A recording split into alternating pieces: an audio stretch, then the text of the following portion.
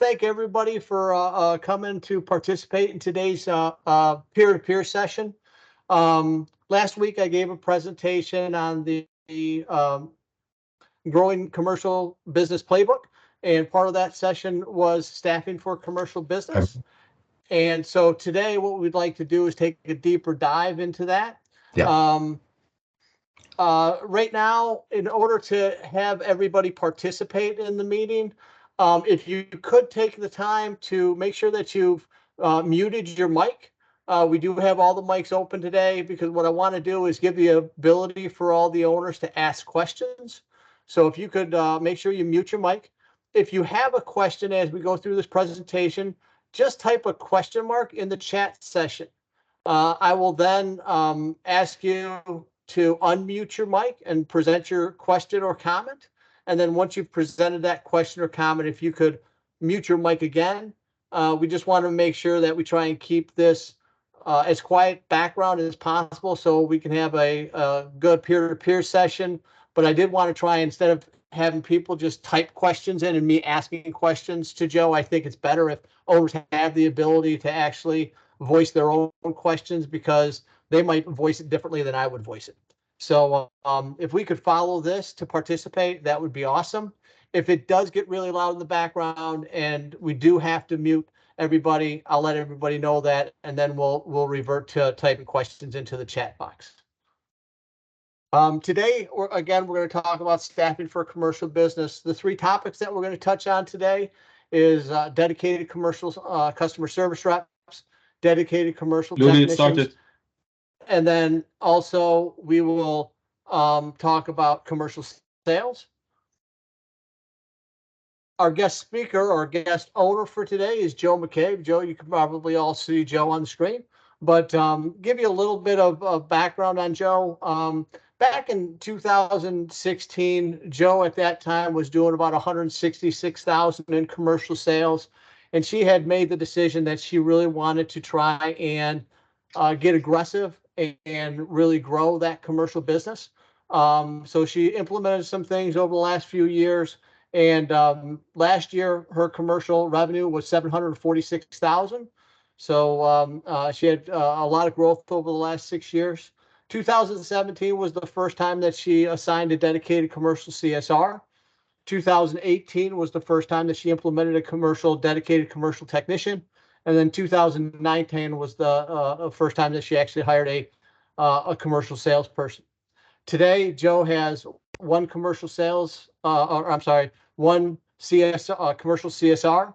She has 3 commercial technicians, and she has 2 commercial salespeople on her staff. So without further ado, I'd like to introduce Joe McCabe. And Joe, I guess the first thing we'd like to discuss is dedicated commercial CSRs. And I guess one of the questions I would have for you is sort of why you decided that, hey, look, I wanted to dedicate a commercial CSR or a CSR to your commercial business, and maybe some of the benefits that you see from that, and what are some of the tasks that they're doing for you? Sure. Couple of things. One, most people know commercial business is a lot different than residential. They are a little less forgiving because it's a commercial business that's operating. So we need to, be able to answer the question. Yes, we need to be able to help them out. So when we decided to put on some commercial business, obviously, Anthony, I went to you and said, all right, what's the difference? And the big thing was, first of all, to have somebody that can identify what a commercial business is and make sure that they know that, again, they're a business just like us, operating, trying to get something done. They're either getting ready for an inspection, a customer just broke something, or there's something else going on and they need something fixed. So we need to be that person that can answer the call as soon as they get it, and then understand that business. So understand what their operating hours are, when we can go and not interfere with their business, if we have to do after hours, if we have to do before lunch, after lunch, those kind of things. So it took a little bit just to make sure that we understood who was answering that, who was calling. So that's the first thing that we had to do. and then just understand who we were dealing with. I know, Anthony, you beat it into our head a lot, is, when you get that person on the phone, like most of you guys, our CSRs have multiple screens. So they're talking to the commercial customer, but they're pulling them up on Google Maps to see, is there parking, to see if there's, what other kind of questions to ask while they've got them up. Are there multiple businesses, multiple locations, or is it just one mom and pop location? Those kind of things. So that was a big thing for us, was just to hire get the right person to understand that commercial is a little bit different than that residential customer. I guess when you look at bringing that commercial CSR, what are some of the benefits that you're seeing with that commercial? I know one of the things I talk about is relationships, and building relationships with commercial customers. Do you see CSRs with your dedicated CSR have the opportunity to do some of that? What are some of the benefits you see from that? Yeah, well, again, and you guys know this as well, but the commercial customer, there's different tiers of that customer. So whether it's a property manager and a tenant, or whether it's a NSP and a store manager, the commercial CSR is the one that really understands who all the players are and can build those relationships with each. You only say certain things to the tenant. You say more things to the commercial customer. You say more things to the NSP, but you can work your magic at that store manager and say, hey, if you put in another work order, I'd be glad to do that work for you. So they do need to know the different players, and they do have to build different relationships. It's not just one touch. And they also have to be able to communicate with the tech who the customer is and who's the customer's not. And we do create a lot of good relationships with the customers on both levels, at the storefront or at that tenant as well. And we can make that work for our commercial clients. So what are the sort of tasks that dedicated commercial CSR is doing on a day-to-day basis for your business? First thing is always say yes. So when that phone rings, they know that they better be saying yes, better be able to figure out how to work that customer into the schedule. They do a lot with that customer. Hey, let me see what I can do with the schedule. Let me move some things around for you. They're doing a lot of follow-up with those clients, whether it's a part or whether it's again, communicating with a storefront manager and the NSP, or the tenant and the property manager. So they're doing a lot of moving some things around and managing the technicians, because you've got people going in and out of jobs, because some of these are some smaller jobs. There's a lot of bigger jobs as well, but there's some smaller jobs where we're just going in to fix a door or fix something that's stuck, or something that's just broke. So but they're managing a few moving parts throughout the day. So when a call comes in and somebody picks it up and they identify it as a commercial customer, does any of your CSRs handle that, or does that go directly to your commercial CSR then? That goes directly to the commercial CSR. If she's on the phone, then somebody else will take it. But everybody knows Katie's our commercial customer, or service CSR. So everything we can funnels right to her. Okay. And as far as work orders, portals, things of that nature, does that commercial CSR do all the entering and work into those portals? Because I know as we go on, more and more people and more businesses, NSPs, have portals. Are they responsible for the entry into all those portals? Yes. Yeah. That way there's one point of contact. And as everybody knows, those portals can be a little aggravating at times, and you need to be able to manipulate them the way you need them. So yeah, she's the one that goes on and has to work that system. She needs to know what needs to go, because one person likes it one way, one NSP likes it a different way. So yeah, she's the one going into those portals. Okay. And then the AR, who do you have handling the AR for commercial? At this point, I have one dedicated person doing my AR, but when I started out, it was that same person. You know, that was because they built those relationships. Once you build a relationship with that client and, you know, they owe you money, it's easier to say, hey, can you find out where the check is? So at this point, I've moved that to another person. But when I started out, I definitely had the same person doing all my AR was the same commercial CSR. Okay, so your commercial CSR was talking with every commercial customer that called in. She was taking the work orders, scheduling it. She was building a relationship with the customer. She was doing all the portal work, and then she was taking, and I think it was Sherry. I'm not positive of that, but she took ownership of that commercial business. Can you talk to a little bit about that? Yeah, I mean, at that point, you're building relationships with those commercial customers. So they call, you know, ask for her by name, and you know, when she's there, you know, they know she's already got all the notes in the system of what time that we need to show up, or you know what the gate code is, or any of that stuff. So she's building those relationships. Again, and at the end of the year, we even had our CSR go out and hand them the end of the year gifts, you know, just because they've built that relationship with all the local ones. They've built that relationship so close that they know each other by name. So it does build that relationship where they can call up and say, hey, I need this done. And you know, my CSR and the customer knows if it's an emergency, we're gonna fit it in no matter what. And once you've built that relationship, if it's not an emergency, you can say, hey, I can't get you in today. Can I get you in tomorrow? And you've already built that relationship. Yeah. And then I know the one thing I talk to owners about is retaining commercial customers. Again, I know when I know today you're 700 and you got commercial salespeople, but when you started off, when you were started with that commercial sales person, you had 150,000, 160,000 in sales. Were they doing the follow-up calls on a quarterly basis and building, again, helping to build those relationships, but also helping to retain those commercial customers?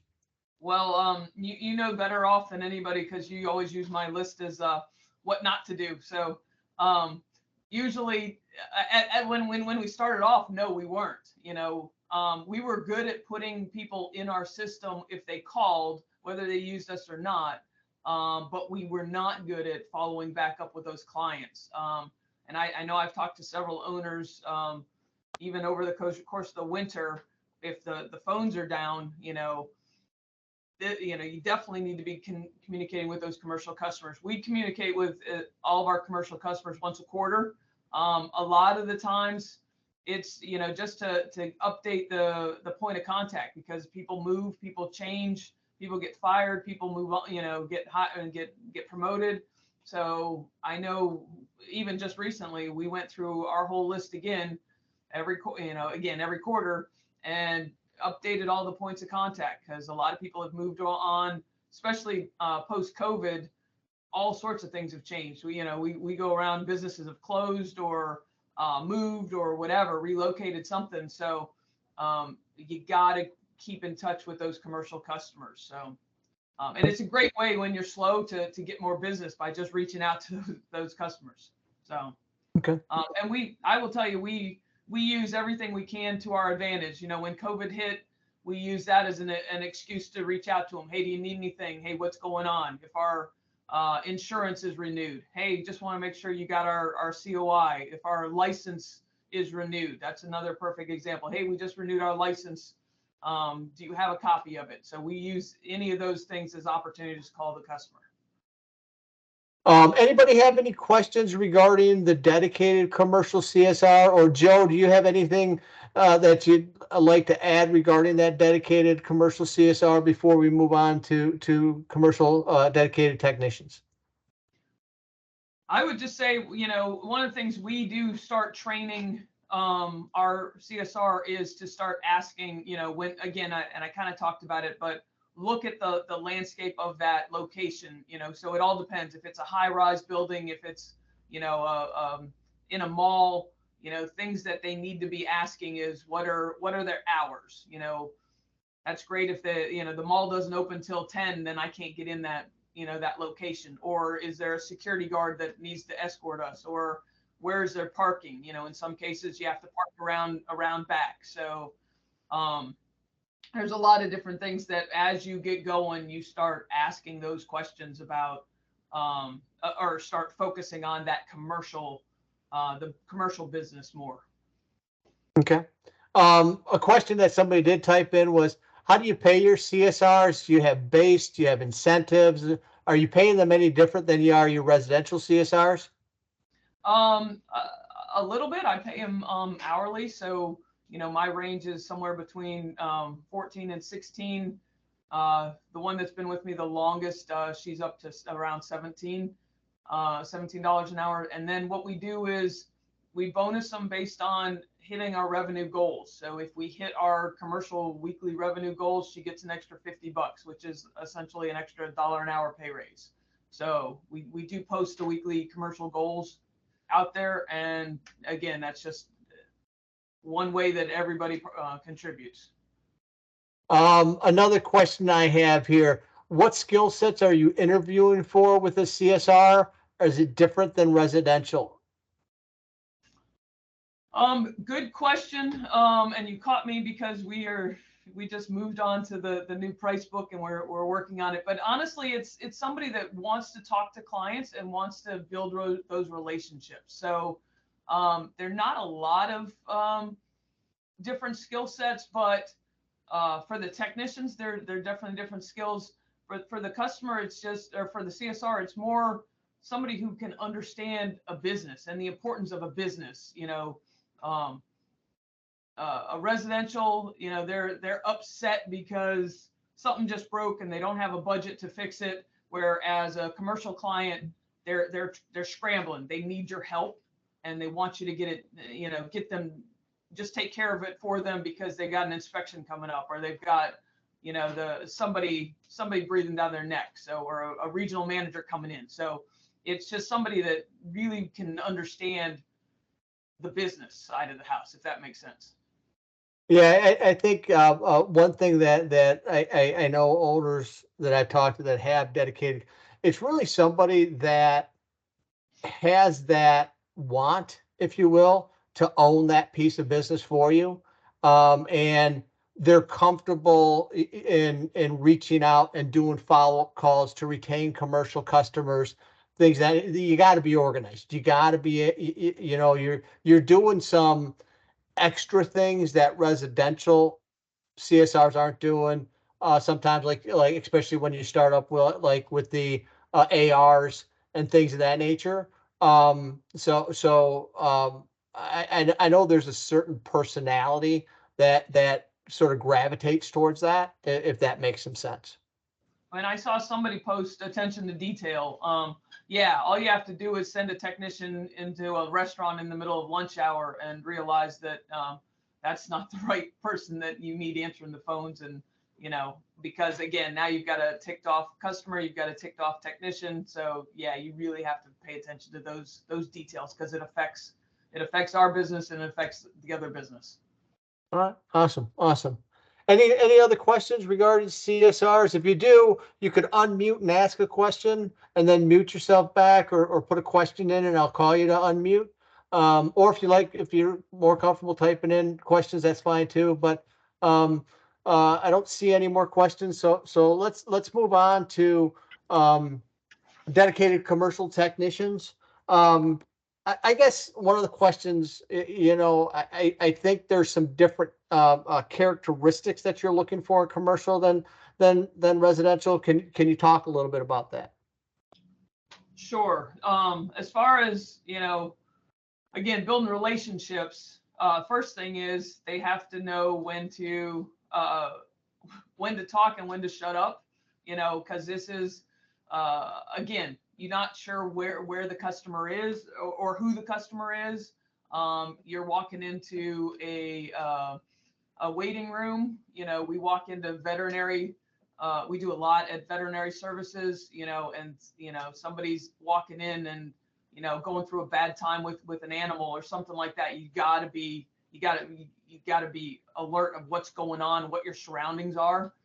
So you do need a tech that knows how to just keep his mouth shut and listen, and then understand who the customer is. Like I said earlier, sometimes the customer it's not that store manager. Your customer is your NSP, or it's not the tenant. So you're not going to go in and tell them what's wrong with the house when the property manager is your customer. So you really need somebody that understands his surroundings, or their surroundings.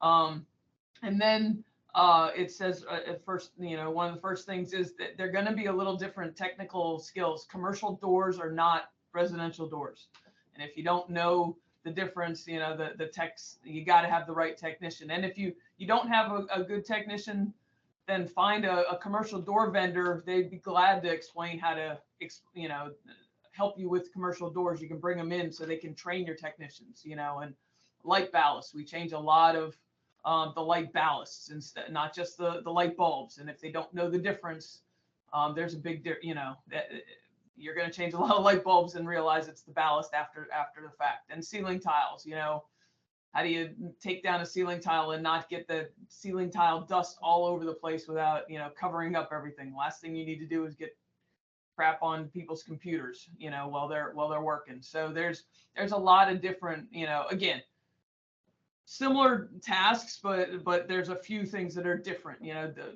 commercial plumbing is not residential plumbing. So you need to know where some of the stuff you can get at Home Depot, some of the stuff you need to get at a plumbing or electrical store. So there is a little bit of a difference. And again, it's a tech that's a little more reserved. It's a little more apt to pay attention to his surroundings than just go in and be the Tasmanian devil in the backyard kind of thing.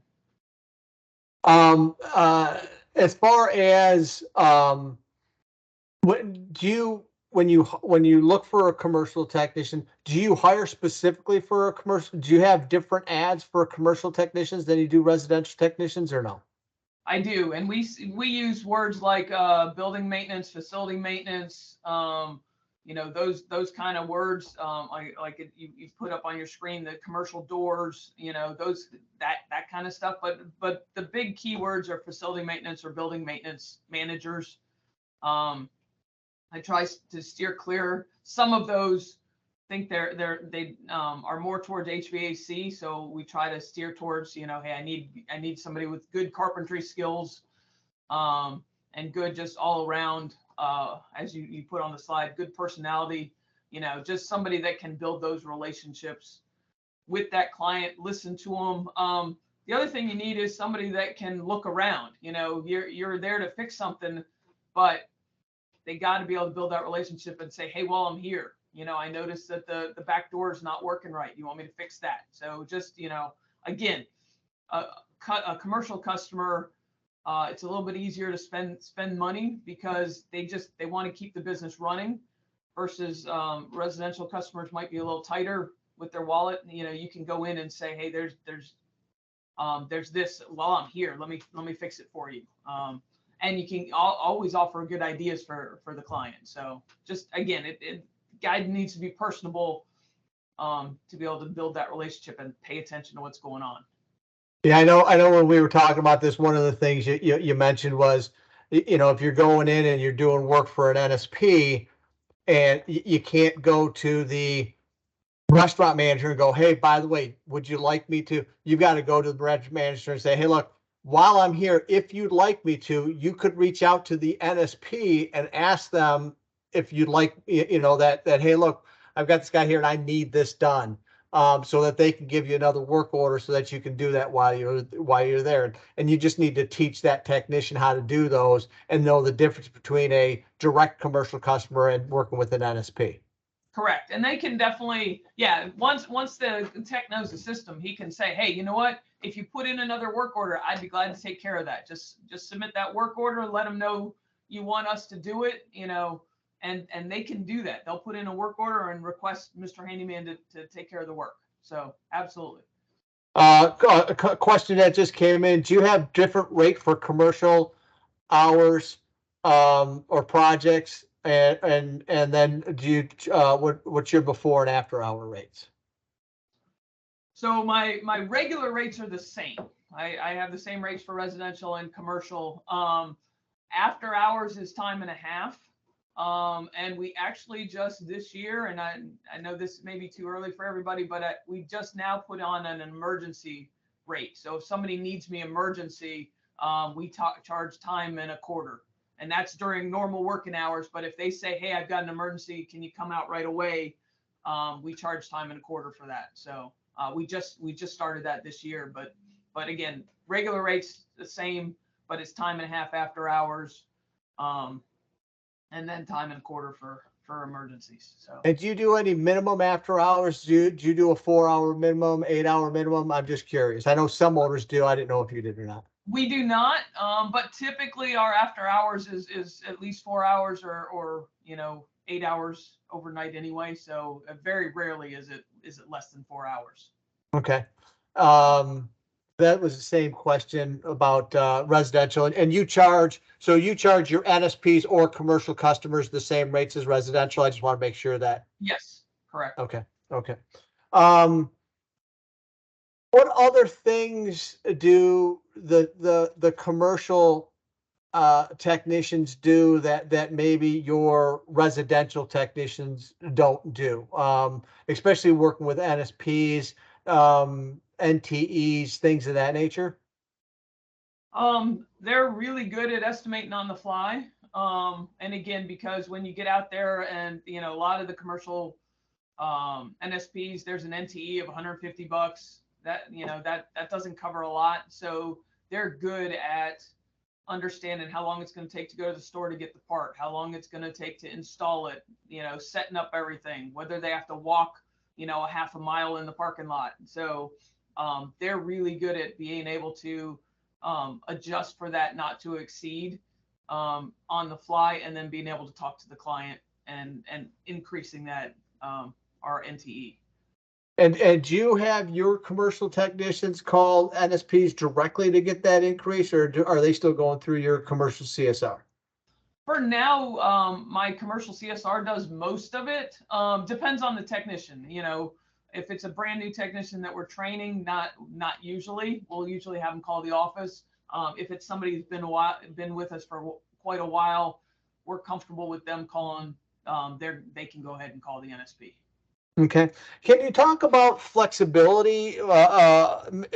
Does having the dedicated commercial technicians allow you more flexibility? I know one of the things that you talked about earlier is, hey, look, we got, that commercial call comes in, we've got to be able to react to in the time frame that they need us to react.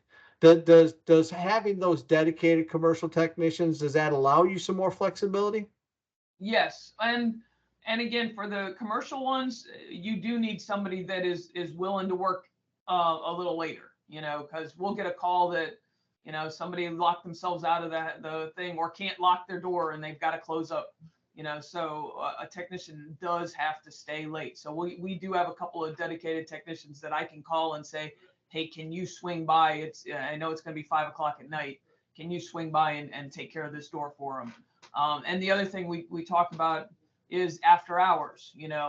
There's a lot of businesses, restaurants, or even stores. We did some tile work at a store. You can't do it there's their customers in the store. So you got to have technicians that's flexible and willing to work some after hours or after hours time. And not all my technicians are willing to work after hours. Okay. I know, in the summer things get busy, and a lot of times I hear customers, hey, my residential's booked out 2, 3, 4 weeks. Do you see that the same with your commercial, or what we talked about is that commercial typically doesn't book out that far. Maybe it's 3 or 4 days, which allows you more flexibility, unlike residential that can book out 3, 4 weeks. Yeah, for commercial, you need to be able to get to them that same day. There's most of the time you can push it off for a day, but commercial's not going to wait. So you really do need to to be able to squeeze it in. Now, when I say that need to be able to squeeze it in, a lot of the ones that are squeezed in are something that's a quick fix. You know, again, the door's broken, somebody just ran into their front and you just need to board it up. So some of that stuff is quick, but you need to be able to get to them. They're not going to have their, storefront open overnight. So you're going to have to get to them that same day. So yeah, you do have to have a technician that's flexible. And, if you get more technicians, you do have a little more flexibility with that as well. One question you had here: do your commercial technicians still do residential jobs when it's needed to fill their schedule? Yeah, absolutely. Yep. Again, because the skill set is, a carpenter's a carpenter until it comes to commercial doors, but we do use them in multiple settings. And some of our commercial stuff is property management stuff. So that's residential houses anyway. But yeah, you can definitely use them both ways. So, but Okay. On the other hand, residential can't always do your commercial just because of some of the details. I know you did 750,000 in commercial last year. You've got 3 dedicated commercial technicians. I'm just curious, did when you look at, or maybe it's just a feeling, do you feel that your commercial guys did you have to pull a lot of residential work to them, or were they pretty filled up with commercial work? I'm just curious. No, they're pretty filled up with theirs. And again, very similar to the CSR, the commercial customers have their own dedicated technicians. So we've got several customers that say, I only want this guy to come to my house, come to my location. They know where the back door is. They've got the key. They've got whatever, they can get in. They've got the gate code. So yeah, you've got a lot of customers that are technicians that are just, dedicated to those commercial clients as well. And when you talked a little bit earlier about before and after hours, do you try and do those on Mondays and Fridays, or is it all throughout the week? I'm just curious how you try and handle that. For us, it actually depends on the client. We tried to do it just the Mondays and Fridays, but like for instance, we were just at Reagan National Airport, and you can't do that on Mondays and Fridays. You got to do it throughout the week, and so it all depends. It'd be easier for us to do it that way, but honestly, for us, we're going to take care of that commercial client, so we're going to do it when it's most convenient for them. It does upset our schedule a little bit when it's in the middle of the week, and then you got to let the guy rest during the day, before and after it. But I'd rather do that to take care of that commercial client. Okay. So you try and do Sundays and Fridays so that you get 5 full days out of them. But if the client says, "Hey, look, I need it Wednesday night," you're not turning it down. You're making it happen. Right. And there's some, we just did a store not too long ago where we were only allowed there 4 hours a night. So, you're going to build some extra time because it takes time to set up and break down every night, and you're only working 4 hours. So there's some extra, hours built into that when that's the case. Okay. And then can you talk a little bit about, I know with NSPs, you get a lot of NTs, but you also get NSPs that are asking to go out and do estimates. Are you utilizing your commercial guys? Do you do estimates? Do you charge for them? I'm just curious. We do estimates for our commercial. We do not charge for them. Now, that said, usually I do cost incurred. So when we get out there, we'll work around the system. I can tell them that it's for free, but then, when we're out there walking it and doing an assessment, we will talk to the NSP and say, hey, we're going to charge you cost incurred. But if they want us out there to do an assessment, we're going to go out there and do an assessment. So. Okay. All right. And you use your commercial guys to do all the estimates or the Yes, assessments? Absolutely. Yep. Okay. All right. Any other questions regarding dedicated commercial technicians that anybody has? I think we answered all the questions that were in here. Okay. Next thing I wanted to talk about was commercial salespeople. Joe, I know as your commercial business grew in 2016, you were at about 166. About 2019, I think you got into that 350, 400,000 range. And I know at that point, you decided to bring on a dedicated commercial salesperson. Um, um, One, I just want to make sure that I sort of state clearly. I don't believe, and maybe you can give me your thoughts on this. I just don't believe that owners should be thinking about putting a dedicated commercial salesperson in place until they're probably doing 350, 400,000. And at that point, you really sort of have to have that idea that, hey, I'm putting this person on because I want to get to 800,000. I want to get to 1 million. I want to get to 1.2 million in commercial revenue. But I guess what led you to that? Hey, look, that decision to bring on that commercial salesperson for your business. Well, yeah, I would emphasize you don't need it until you're up to the 400 or more. You can't. First of all, you can't afford it. You got to be able to have the commercial business to have a commercial salesperson. But I have a large territory. I'm outside of New York. New York. I'm outside of DC. And there's too much for me to handle. So as far as networking and, I ended up being too diverse, and I just was, touching networking groups here and there and not being able to get my feet wet into the networking group. So I decided that I needed to bring somebody else on to help out. Unfortunately, right when I brought him on, a couple months after that, COVID hit. So it changed our plans a little bit right after that. But I will tell you, it's definitely helped now. At least been able for me to be able to delegate some of that, the networking. Again, I've got a few chambers of commerce in my group, in my area. There's a lot of different networking groups. I just can't get to everything. So I needed somebody to help me out.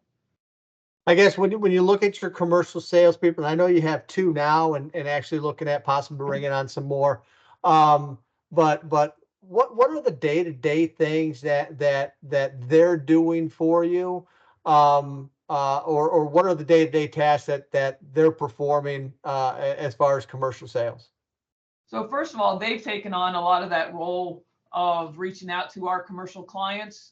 They can go out and visit them. So all the local commercial clients, we do a lot of local business. So they can go visit them. When a tech is on site, especially, they can go out and visit, because obviously it's easy to get in the door when the tech's already there. So they can build that relationship. Our techs are good, but our sales guys are even better at finding things and identifying something while a tech is there and say, hey, well, the tech is here. Can we do this for you as well? So that's one of the things. So they do manage that group of customers. We've kind of broken up our territory. So they manage that group of customers in their territory. And then networking groups. You gotta, just like anything, you've got to work those networking groups. So you can't just pop in, you've got to be very specific. So for instance, in chamber events, if you want to go after the schools, then you got to go to the education committees or those kind of things. You got to be very specific about those networking events. I know a lot of people go to BNIs. There's good BNI groups and there's bad BNI groups. We've got a couple where there's a lot of other contractors, so we can pass work back and forth to each other. And then there's senior resource groups. So you got to find the ones that work for you, so you can work those networking groups. Just showing up at networking groups doesn't necessarily work. There's building, a lot of owners are in building groups. That's how you get to know the other builders or the local builders in the area. So that's one of the things. And then again, I think there, some of them it talks about, I think, cold contacting too. I'll put out a challenge to my team that says, hey, the first person that can get us $2,000 worth of work at a veterinary service, I'll give you $100. So we will try to target certain industries to get our names out there. So, and the other thing is just driving around in a marked van. My sales guys have a small Transit Connects that are marked. So getting those vans out there in commercial, areas is a great way of getting our name out there. Can you talk about a little bit more about some of the businesses that you've targeted? I know you mentioned vet clinics, but I know you guys have targeted other types of businesses. Can you talk a little bit about that? Sure. Yeah, veterinary clinics, especially after COVID, when everybody was at home and got a dog or a cat, has been great. Medical facilities as well. We do a lot for local medical, whether it's dental practices or just medical facilities. We did a lot for some companies that were getting funded by COVID research. Schools. So we do a lot for the special needs schools, private schools, or ones that are locally funded or funded by the government. But autistic schools, Easter seals, we do a lot for those types of things. One of our bigger clients is a athletic facility. Again, they were our bigger client and then shut down during COVID and then came back. But it's a huge facility that athletic facility has all sorts of fields and local sports teams and that kind of stuff practice there. So those are good ones, I think, for anyone that has a waiting room or restaurants. If you can get into, I know this may sound funky, but if you can get into the bathrooms and the kitchens of restaurants, you're in, because there's all sorts of work in the bathrooms and kitchens in restaurants. So. Okay. A question they had, how do you compensate your salespeople? Is it commission? Is it a combination? How are you doing that? I have a base, usually right around 30,000, and then I give them 4% of the commercial revenue that they bring in. Okay. And then another question, what do you do for leave behinds? I know they're doing new they just brought out the new logo and they just did a commercial shoot, so they're going to have some new brochures and things of that nature. But what are you guys doing now for any of that? Right. Yeah. Right now we use what we have, but things that we're trying to focus on, and again, Anthony, trying to help the team out or the home office out, is testimonials. It's nothing works better when you go into a vet and you've got some testimonials from other local vets. So those are great things. Is, hey, here, if you want to talk to some other vets that use us, here you go. Or if you want to talk to other restaurants that use us, here you go. So local testimonials are great. Pictures, like you said, Anthony, trying to get some photo shoots of commercial doors and those kind of leave behinds are easier to use. But in some cases and I think, Anthony, you helped us create a commercial checklist, creating that commercial checklist and putting it out there with their business card, the sales guy's business card, still works well. Here, give us a call. We'd be glad to take care of you. I had a question that just slipped my mind. As far as retaining them, they do all the retaining of their commercial customers? Yeah, so we use ServiceTitan as much as we possibly can. If they're going out there and finding a commercial customer, they'll put it in as a lead and they'll track it. If they're trying to reach back out to a customer, they'll put it in as a task for ServiceTitan to be able to track follow-ups with the clients. And then, like everybody, we pull our list out of commercial clients and just reach out to them. Once a quarter we try to reach out to every one of them, whether it's email, phone call, or in person. We'll try to reach out to all of our commercial clients. Just so, again, sometimes it's just to let them know that we're still here. Sometimes we'll specifically ask for whatever, we're working on doors this month or whatever. Okay. And then marketing. Have you done any marketing specific programs to commercial, or is it really, hey, my guys are going out there and cold calling on people?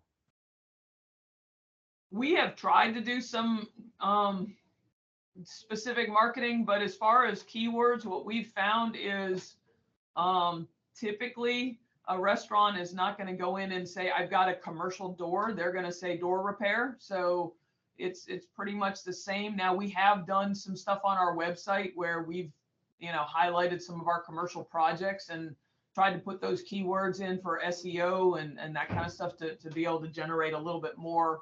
The other stuff is with Facebook and Instagram and all of that stuff. And most people know I'm not good at that stuff. But what we'll do is when we go to like a ribbon cutting, we'll tag that business in our post. So that way, and I'm going to say all this wrong, but they can like us, know us, share us, whatever, tag each other back and forth. However you do that, that's what they'll do. And, we'll put pictures of the ribbon cuttings on our Facebook and we'll say, hey, we were just there. And, and just try to engage our commercial clients with us so they can, it works both ways.